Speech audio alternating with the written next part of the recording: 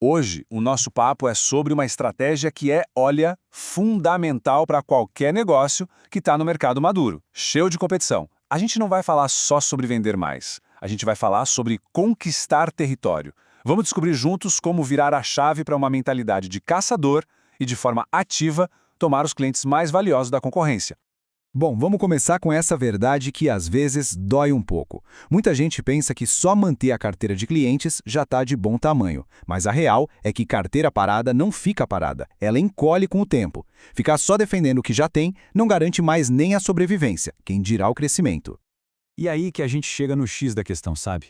O cenário mudou completamente. Num ambiente onde está todo mundo de olho nos mesmos clientes, o crescimento de verdade não vem de ficar esperando a sorte bater na porta, vem de criar as oportunidades, de ir lá e arrancar uma fatia do mercado dos seus rivais. Então o ponto crucial é exatamente este. É preciso uma mudança radical de postura. É sair daquele papel de ser só um vendedor de peças, um prestador de serviço e se transformar num estratégico caçador de mercado. Alguém que não fica esperando a demanda aparecer, mas que provoca essa demanda.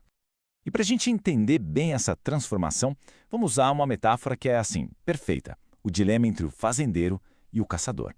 Isso aqui não é só um ajuste técnico, não. É uma mudança de mentalidade, que no final do dia define quem ganha e quem fica para trás. A diferença aqui nesse quadro é gritante, né? O fazendeiro é reativo. Ele cuida do que já tem, cultiva o território dele. E isso é ótimo para reter clientes. Mas o caçador é outra história. Ele é proativo, ele busca ativamente novos territórios. Ele é a peça-chave para a expansão. Para conquistar o cliente do concorrente, a equipe toda precisa vestir a camisa do caçador. Certo? Mentalidade ajustada. E agora? Como é que a gente parte para a ação? O primeiro passo é o que a gente chama de inteligência de campo. É encontrar as brechas na armadura do concorrente. E a primeira grande revelação é que, raramente, os clientes deles estão realmente felizes. E essa frase aqui ilustra o ponto de forma brilhante. O que muitas vezes prende o cliente não é lealdade, é o puro medo da mudança. Ele se acostuma com as ineficiências, sabe? Aceita aquilo como se fosse normal do negócio. O trabalho do caçador é justamente provar que o custo de ficar parado é muito, mas muito maior do que o medo de mudar. A pergunta de R$1 milhão é: como é que a gente identifica essa inércia que está custando caro para o cliente? Onde exatamente a gente tem que procurar? Pois é, existem alguns sinais vitais que entregam a vulnerabilidade do concorrente e abrem a porta para um ataque cirúrgico. A atenção tem que estar voltada para esses 4 pontos aqui. A tecnologia do cliente parece que parou nos anos 90. Os custos com energia ou matéria-prima estão lá no teto. O produto do concorrente vive dando problema? Ou quem sabe o vendedor concorrente só aparece para tirar o pedido e depois some? Encontrar uma dessas dores é o gatilho para a nossa tática principal. E é aqui que entra a estratégia. Olha, o erro mais comum é tentar chegar querendo substituir tudo de uma vez só. Isso cria uma resistência gigantesca. A abordagem que funciona é muito mais inteligente. É a do cavalo de Troia. A conquista começa com um passinho focado e não com uma invasão de uma vez só.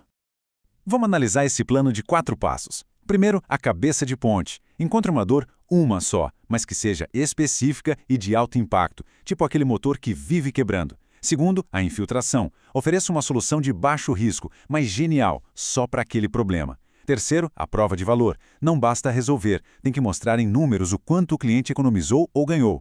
E quarto, a expansão. Com a confiança no bolso, aí sim você avança para outras áreas. O cliente agora não vê mais risco, ele vê lucro. Mas não adianta nada ter uma estratégia brilhante se a execução for ruim, né? Isso nos leva à disciplina do caçador, que se apoia em 2 ferramentas essenciais: falar a língua do dinheiro e ter uma persistência implacável, tudo organizado por um bom sistema. O pulo do gato é este: parar de vender característica técnica e começar a vender resultado financeiro. Ninguém compra especificação, as pessoas compram lucro. Eficiência energética tem que virar redução na conta de luz. Automação vira aumento de produtividade. É preciso se posicionar como um consultor de lucratividade e não só como mais um vendedor. E agora, a persistência. Os dados mostram que 80% das vendas de conquista, ou seja, aquelas em que se toma um cliente do concorrente, precisam de 5 a 12 contatos para fechar. 8 em cada 10. Só que em contrapartida, olha que loucura. 44% dos vendedores desistem depois de ouvir o primeiro não.